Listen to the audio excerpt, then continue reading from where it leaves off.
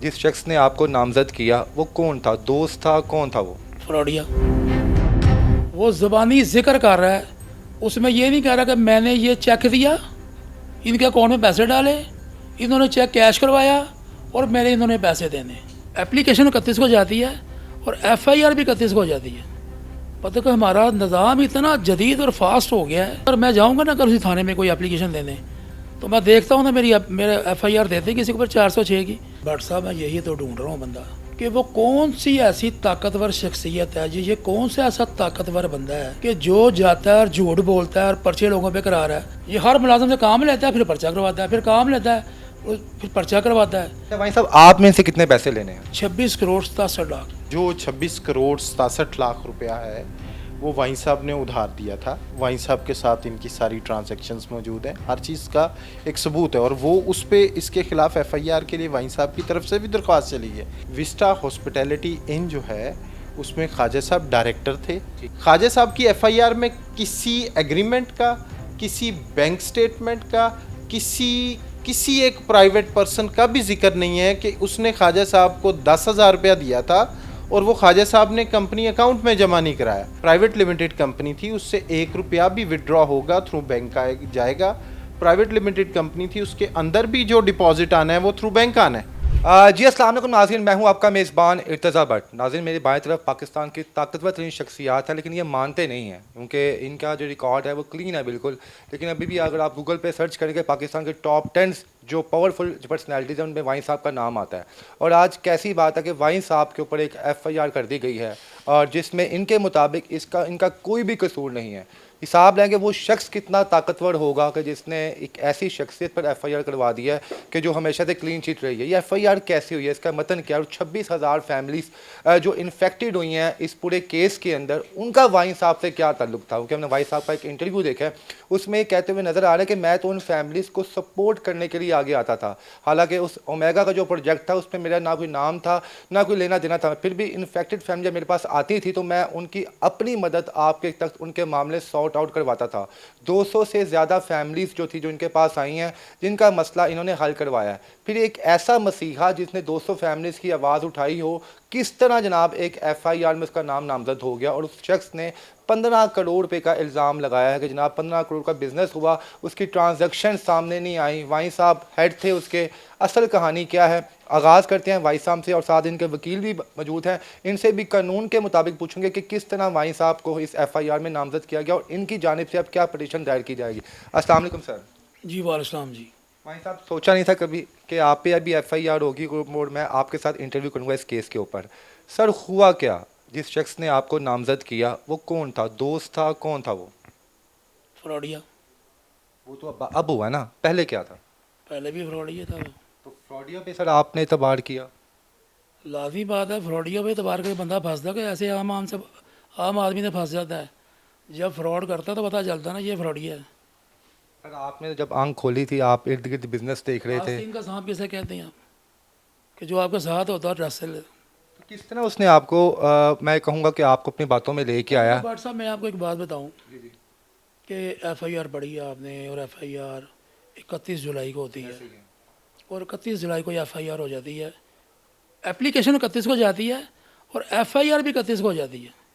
पता कि हमारा निज़ाम इतना जदीद और फास्ट हो गया है कि वो 406 इधर आप एप्लीकेशन दें और उधर मैं जाऊंगा ना कल उसी थाने में कोई एप्लीकेशन देने, तो मैं देखता हूँ ना मेरे FIR देते किसी के ऊपर 406 की। मुझे पता चलेगा ना ये निज़ाम इतना फास्ट हुआ है जैसा मेरे लिए फास्ट हुआ है। सर क्या पता उन्हें पता ना हो कि ख्वाजा सईद नदीम शायद कोई और शख्स है, उन्होंने वो समझ के कर दिया हो। आपने देखिए शख्सियत के बारे में ना देखिए पता हो। देखिए, बात यह है कि मैं भी एक आम शहरी हूँ और अल्हम्दुलिल्लाह मेरा माजी बिल्कुल साफ पाक है। और ये इसने जो FIR करवा कर जो काम करने की कोशिश की है ना, ये मेलाफेडी FIR है, ठीक हो गया। जिसमें वो ज़बानी जिक्र कर रहा है, उसमें ये नहीं कह रहा कि मैंने ये चेक दिया, इनके अकाउंट में पैसे डाले, इन्होंने चेक कैश करवाया और मेरे इन्होंने पैसे देने। ठीक है। वो ज़बानी सारा को लिख रहा है जी, मैंने ये किया, वो किया, ये किया। और भाई जिन्होंने FIR काटी है, अल्लाह के बंदे, यार तुम्हें FIR देने के वक्त तुम्हें ये भी नहीं पता चला कि यार ये एफआईआर बनती भी है कि नहीं बनती। मैं उस बंदे से ही पूछ लूँ जो मुतासर हो रहा है इससे, जिसके खिलाफ एफआईआर की एप्लीकेशन, उससे तो पूछूँ। लेकिन वो जिस तरह एफआईआर का मतन लिखा गया है उसके मुताबिक, अगर मैं तो एक आम सा इंसान हूँ और ना मुझे कानूनी लैंग्वेज के बारे में पता है, उसने सिंपल स्ट्रेट लिखा कि हमने एक बिज़नेस के लिए आपस में एक मुआहिदा किया और उसके बाद हमने जो है उस जब आगाज़ किया गया तो एक जगह रेंट पे ली गई और उसके बाद मैंने इनकी पर्सनैलिटी से मुतासिर होकर इन्हें पैसे दिए, हमारा कारोबार चला, 15 करोड़ की सेल हुई। इस सेल का मुझे बताया ही नहीं गया वाइन साहब ने, उनके सारा कंट्रोल इनके पास था। तो काइंडली बस ये बता दें आप मुझे कि भाई साहब आप तो क्लीन चिट है आपके पास तो सारी, ये फेक अगर उसने अगर बातें कही हैं तो कौन है इसके पीछे, क्या कोई तल्लुक है, सॉर्ट्स है, मियां क्या है? साहब मैं यही, भट्ट साहब मैं यही तो ढूंढ रहा हूँ बंदा, कि वो कौन सी ऐसी ताकतवर शख्सियत है जी, ये कौन सा ऐसा ताकतवर बंदा है कि जो जाता है और झूठ बोलता है और पर्चे लोगों पे करा रहा है। ये कोई पहला पर्चा थोड़ी करवाया उसने किसी पे, इसने दर्जनों पर्चे अपने मुलाजमों पे पहले करवा चुका है। ये हर मुलाजम से काम लेता है, फिर पर्चा करवाता है, फिर काम लेता है, फिर पर्चा करवाता है। ये तो इसका वतीरा बन गया एफआईआर करवाना। यानी इससे पहले भी जो विक्टिम्स को ऐसे ट्रैप करता है ये, ट्रैप करता है, उसको पता था कि यार मैंने इसके पैसे देने हैं तो मैं अब क्या करूं। तो वो हो गया उल्टा चोर कतवाल को डांटे, पैसे आपने इनसे लेने हैं और उल्टा आपने करवा दिया। मैंने यही तो अर्ज़ किया है कि 15 करोड़ रुपया उसने कह रहा जी मैंने दिया काम करने के लिए। ये मुझे बताएं वहाँ पे 65 लाख की मार्की मैंने ली। ठीक है, ठीक है जी, बस सिंपल स्ट्रेट। अच्छा भाई साहब आप में से कितने पैसे लेने हैं? 26 करोड़ 67 लाख। इसके प्रूफ हैं आपके पास? भाई मुझे इसने चेक दिया है, मैंने चेक बैंक में डाला है, मेरा चेक डिसऑनर हो गया है। मैंने मुतल्लिका बैंक में एफआईआर के लिए एप्लीकेशन दे दी है, विद प्रूफ दी है। मैंने कोई ख्वाब थोड़ी सुना दिया एस एच ओ को जाकर, या मैंने कोई नाम थोड़ी देना एस एच ओ को कि भाई मेरी एफआईआर काट दे। ठीक है सर, आप 26 करोड़ रुपया वाइन साहब ने उनसे लेना है, लेकिन जो एफआईआर जो इस टाइम सोशल मीडिया पे गर्दिश कर रही है और लोग उस पर बहस कर रहे हैं, उसमें सरासर इल्ज़ाम जो है ख्वाजा साहब पे लगाया गया है। 26 करोड़ का कोई प्रूफ है आपके पास, आप इनके वकील हैं, कि 26 करोड़ रुपया वाइन साहब ने किस तरह उनको दिया था और इनके दरमियान आपस में क्या मुआहिदा हुआ था और वो किस बिज़नेस में इन्वेस्टमेंट के लिए ख्वाजा साहब ने पैसे इनको दिए थे? अच्छा, जो 26 करोड़ 67 लाख रुपया है वो वाइन साहब ने उधार दिया था और वाइन साहब को पास इनका चेक मौजूद है, वाइन साहब के साथ इनकी सारी ट्रांजैक्शंस मौजूद हैं, हर चीज़ का एक सबूत है और वो उस पे इसके खिलाफ एफआईआर के लिए वाइन साहब की तरफ से भी दरख्वास्त चली है। लेकिन वाइन साहब क्योंकि एक शरीफ शहरी हैं, वो ड्यू प्रोसेस ऑफ लॉ में उसको सुनने के बाद वो करते हैं। अब ये क्योंकि एक क्लेवर आदमी है, हम क्योंकि ओमेगा के ऊपर काफ़ी काम कर रहे हैं, वाइन साहब का थोड़ा सा यहाँ से मैं गुजारिश करूँगा, मैंने पिछले साल भी कुछ अफेक्टेड वाइन साहब के पास भेजे। झंग प्रोजेक्ट से बड़ी बड़ी गरीब फैमिली से वाइन साहब का 26 करोड़ रुपया उसने देना है और नुकसान कर दिया। शायद वाइन साहब को इतना फाइनेंशियल लॉस ना हुआ हो, जिस बेचारे ने 25 या 26 लाख रुपए का प्लॉट लिया है उस बेचारे की ज़िंदगी एक वक्त में खुदकुशी वाला उसके ऊपर बिल्कुल कंडीशन ऐसे हो गई। फैमिली है। मैंने वाइन साहब को लास्ट ईयर भी फ़ोन किया और मैंने कहा कि वाइन साहब ये जो शख्स है ये बड़ी ज़्यादती कर रहा है, और वाइन साहब का क्योंकि उसके साथ पार्टनरशिप थी वेस्टा हॉस्पिटैलिटी इन के अंदर, बिल्कुल ओमेगा में वाइन साहब कोई लेना देना नहीं था। अच्छा, एक मिनट लेकिन यहीं उसमें से यहाँ पर वाइन साहब को ओमेगा के 3 अरब के डिस्प्यूट्स को वाइन साहब ने हल किया है। ठीक है। अच्छा, यहाँ पे दोबारा वाइन साहब आपके पास आते हैं। वाइन साहब जो 26 करोड़ रुपया और 26 करोड़ 67 लाख जो आप उनसे मांग रहे हैं, आपने वो ओमेगा प्रोजेक्ट्स में इन्वेस्टमेंट की थी वो, या आपने जस्ट? जी जी, मैंने मेगा में प्रोजेक्ट नहीं किया, मेरी उधर मेगा में कोई इन्वेस्टमेंट नहीं है। वो इसने मुझसे उधार लिया जब फंसा हुआ था, इसके ऊपर एफआईआर चल रही थी, कोई 4-6 एफआईआर चल रही थी, बिल्कुल ये ज़ीरो पे आ गया था। इसके अकाउंट सारे बंद हुए पड़े थे, तो ये फंसा हुआ था। मेरा दोस्त था, मैंने फिर इसकी हेल्प की, इसको खड़ा किया कि चलो यार ये अपने पाँव पे खड़ा हो जाए, कोई बात नहीं। इसकी प्रॉपर्टी थी, ये सारा सिस्टम था। मैंने साहब गलती कोताही माफ, 26 करोड़ बहुत बड़ी एक अमाउंट होती है। अगर ये तो इंसान अपने कोई सगे भाई को भी इतनी ज़्यादा अमाउंट जो है वो नहीं देता उधार। इसने आपको क्या कुछ सुहाना ख्वाब दिखाया था कि किस तरह आपने अंदाज़ा लगा दिया कि ये शख्स तो पहले बैंकरप्ट है, फ्रॉडिया है, तो अब मैं 26 करोड़ दूंगा, कैसे मुझे वापस देखिए करेगा? ये बैंकरप्ट तो नहीं था, तब नहीं था ये। बैंकरप्ट तो नहीं था ये, लेकिन इसने इसको पेमेंट आनी थी। ठीक है। वो पेमेंट इसको बाद में इसने जंग सारा ले लिया अपने बेटे। ओमेगा जंग इसने अपने बेटे डाल लिया, अपने नाम की मैं इसको करवाऊंगा, ठीक है। इसने अपने नाम करवा लिया।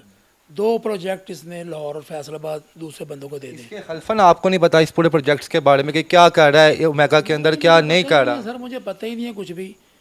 मेरी बात सुने, जाएं आज भी देख लें, वहाँ सारा डाटा पड़ा हुआ है, हर चीज़ मौजूद है कि मेरा वहाँ क्या रोल था, मेरा क्या काम था। मैं को मेगा का बंदा थोड़ी। अब जो इल्ज़ाम आप पे लगाया गया है एफआईआर के मुताबिक सर, वैसे तो आप कह रहे हैं कि आप क्लीन है बिल्कुल, कि उसमें कहा गया कि 15 करोड़ की अमाउंट को खुर्दबरू किया गया है कि आपने बताया नहीं था। आप कह रहे हैं कि आपके पास कोई भी कंट्रोल नहीं था, लेकिन एफआईआर में ये लिखा हुआ है कि ख्वाजा नदीम साहब जो है पूरे इंतजामात को खुद देखते थे और मैं इनके पीछे जो है तरले डालता था। ख्वाजा साहब मुझे बताएं इस साल कितना प्रॉफिट आया, कितना नुकसान? नहीं, मेरा 50 करोड़ रुपये देना है। नहीं, मैं बात कर रहा हूँ ना, आपने मेरा 50 करोड़ देना, आप कहेंगे सबूत लाओ, यही कहेंगे ना।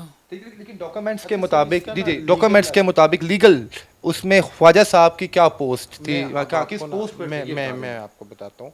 विस्टा हॉस्पिटैलिटी इन जो है उसमें ख्वाजा साहब डायरेक्टर थे। ठीक है। 2 डायरेक्टर हैं। SECP की प्राइवेट लिमिटेड रजिस्टर्ड कंपनी है, उसमें ख्वाजा साहब और सरवर साहब, ये दोनों जो मौसूफ हैं, ये डायरेक्टर भी हैं और कंपनी के शेयर होल्डर भी हैं। ठीक है जी। अब तरीकाकार मैं आपको ना लीगल एस्पेक्ट एक एक्चुअली बताने लगा हूँ। मैं आपको इधर इसमें बहुत सी जादूगरियाँ हैं, वो थोड़ा सा मैं आपको, आप मुझे टाइम देंगे तो मैं आपको बताऊंगा कि ये बंदा कितना इन्फ्लुएंशियल है। क्योंकि ख्वाजा साहब तो सिर्फ अपने एक केस की बात करें, मेरे पास बहुत सी चीज़ें हैं इसकी बताने के लिए, और जो अफेक्टेड जिन्होंने हमारी लॉ फर्म को इंगेज किया है, हमारे पास बहुत सी इसकी कहानी है। ख्वाजा साहब की तो एक कहानी है, ठीक है जी। 26,000 फैमिलीज हैं जो 26,000 से ज़्यादा फैमिलीज़ हैं जो अफेक्टेड हैं। मेरे पास बहुत सी इसकी कहानी है। मैं आपको सिर्फ ख्वाजा साहब से पहले बात कर लेते हैं और फिर मैं आपको आगे लेके चलता हूँ। ख्वाजा साहब की FIR में किसी एग्रीमेंट का, किसी बैंक स्टेटमेंट का, किसी एक प्राइवेट पर्सन का भी जिक्र नहीं है कि उसने ख्वाजा साहब को 10,000 रुपया दिया था और वो ख्वाजा साहब ने कंपनी अकाउंट में जमा नहीं कराया, या कंपनी अकाउंट से ख्वाजा साहब ने 10,000 रुपया कोई पानी का बिल देने के लिए लिया था, लेकिन ख्वाजा साहब वो बिल अपने लिए इस्तेमाल कर गए। आप देखें, ख्वाजा साहब एडमिनिस्ट्रेटिव काम देखते थे, ख्वाजा साहब का अकाउंट से लेना देना कुछ नहीं था। ख्वाजा साहब ने बैंक अकाउंट्स के अंदर, ख्वाजा साहब किसी एक अकाउंट में सिग्नेटरी नहीं थे। प्राइवेट लिमिटेड कंपनी थी, उससे 1 रुपया भी विड्रॉ होगा थ्रू बैंक जाएगा। प्राइवेट लिमिटेड कंपनी थी, उसके अंदर भी जो डिपॉजिट आना है वो थ्रू बैंक आना है। ठीक है। कंपनी को कंपनी के अकाउंट्स की तरह, ये कोई प्रोप्राइटरशिप नहीं थी, ये कोई शॉप नहीं थी, ये एक प्रॉपर एक बिजनेस था जिसके अंदर सिर्फ और सिर्फ ट्रांजैक्शन थ्रू बैंक हो सकती है। और बैंक में ख्वाजा साहब सिग्नेटरी नहीं है। इस पूरे टेन्योर में 2 साल या 3 साल इनका बिजनेस रहा जितना मेरा, कितना इन्होंने कमाया और ख्वाजा साहब के हिस्से में कितने पैसे आए? हाँ वो बताएं। अब आप इवेंट्स मैनेजमेंट में, यही मैं आपको उसका मैं बता देता हूँ। इवेंट्स मैनेजमेंट के ये जो बिजनेस होता है, इसमें आपकी जो प्रॉफिट है रेशियो वो 5, 7, 8, 10% से ज़्यादा नहीं हो सकती। ठीक है। आपने उसमें टैक्सेशन भी देनी है, आपने सेल्स टैक्स भी देना है, आपने सारा कुछ करना है, आपने अखराजात भी करने हैं, आपने कैटरिंग के सारे इंतजामात करने हैं, आपने लेबर को तनख्वाहें देनी है, ये सारा काम करना है। अब किस्सा सिर्फ इतना सा है, एक तो मैं आपको बताऊं, ख्वाजा साहब के खिलाफ FIR हो नहीं सकती थी। कानून में कोई प्रोविजन नहीं है कि जब एक SECP की रजिस्टर्ड लॉ फर्म हो, रजिस्टर्ड फर्म हो, प्राइवेट लिमिटेड कंपनी हो, और उसकी मेमोरेंडम ऑफ एसोसिएशन और आर्टिकल्स में दोनों में ये बात मेंशन्ड हो कि अगर कंपनी का कोई डिस्प्यूट होगा तो उसको थ्रू आर्बिट्रेशन हल किया जाएगा। और कंपनी के किसी भी कंपनी के अकाउंट्स का, जो प्राइवेट लिमिटेड खास तौर पे SECP की है, उसके अकाउंट्स का जब भी इशू होगा तो रेंडिशन ऑफ अकाउंट्स मौजूद है। सर 406 तो ख्वाजा साहब एक डायरेक्टर हैं, उसने झूठ बोला है। मैं आपको यही बात बताने लगा हूं। FIR में कहीं नहीं लिखा, मैं आपको भी कागज दूंगा, आप काइंडली इसको चलाइएगा अपने प्रोग्राम के अंदर। ख्वाजा साहब SECP में रजिस्टर्ड डायरेक्टर हैं, उसने कहीं पे FIR में लिखा कि he is the director of the company? कहीं पे लिखा कि he is the share holder of the company? कहीं पे नहीं लिखा। कहीं पे उसने बताया कि क्या बैंक अकाउंट्स जो हैं उसमें कहीं पे ख्वाजा साहब तो सिग्नेटरी नहीं है। तो ख्वाजा साहब ने कोई भी अथॉरिटी अपने पास नहीं रखी। आप ये कह रहे हैं 3 बड़े आपने मुझे इस टाइम पावरफुल जो पोजीशंस है बता दी हैं, तो 3 पोजीशंस में किसी एक पोजीशन पे ख्वाजा साहब का नाम नहीं है और दो में जी जी थोड़ा सी अंडरस्टैंडिंग में यहाँ पर है कि ख्वाजा साहब डायरेक्टर भी हैं, ख्वाजा साहब शेयर होल्डर भी हैं। ठीक है। वो सर्वर भी डायरेक्टर है, शेयर होल्डर है, दोनों SCCP में डायरेक्टर्स हैं, कंपनी डायरेक्टर्स पे चलती है। लेकिन ख्वाजा साहब क्योंकि बैंक अकाउंट्स को नहीं समझते थे, ख्वाजा साहब ने समझदारी का काम ये किया क्योंकि ये ऑलरेडी मनी लॉन्ड्रिंग जैसे कामों के अंदर इन्वॉल्व था। ख्वाजा साहब ने मोहतात होते हुए, एहतियात का दामन थामते हुए इन्होंने बैंक अकाउंट के अंदर कहा मेरी कोई इन्वॉल्वमेंट नहीं होगी, मैं फाइनेंशियल ट्रांजैक्शन का हिस्सेदार नहीं बनूंगा।